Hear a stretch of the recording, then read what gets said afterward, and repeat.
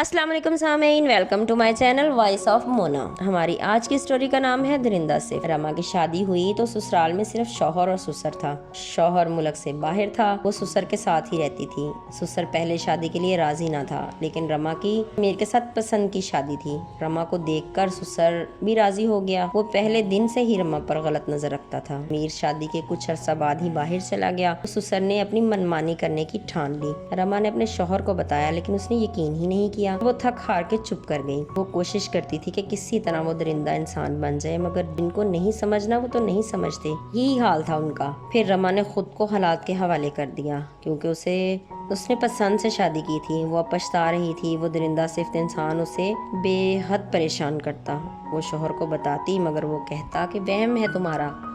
उसे सारे सबूत भी दिए, फिर भी उसके शोहर ने उस पर यकीन नहीं किया। फिर एक दिन उसने अपने शोहर को कॉल करके बुलाया। उस दिन उसने दावत का एहतमाम किया, खाना बनाया, खुद तैयार हुई, सारा घर सजाया, फिर सारे खाने में जहर मिला दिया। ससुर खाने की टेबल पे आ गया। वो दरवाज़ा पहले से ही खोल आई थी।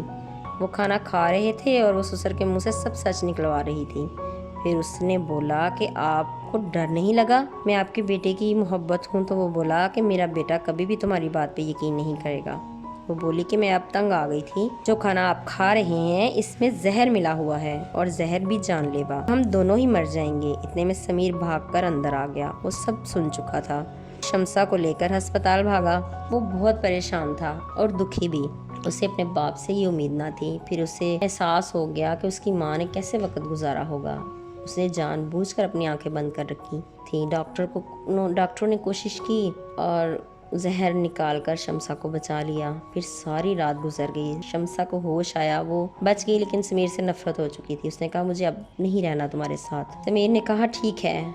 उसने घर बेच के शमसा को साथ दिया और बाहर आ गया। यहाँ शमसा को जॉब दिलवाई, रिहाइश भी लेकर दी और उसे आज़ाद कर दिया। शमसा ना समीर को माफ़ कर पाई और ना खुद को।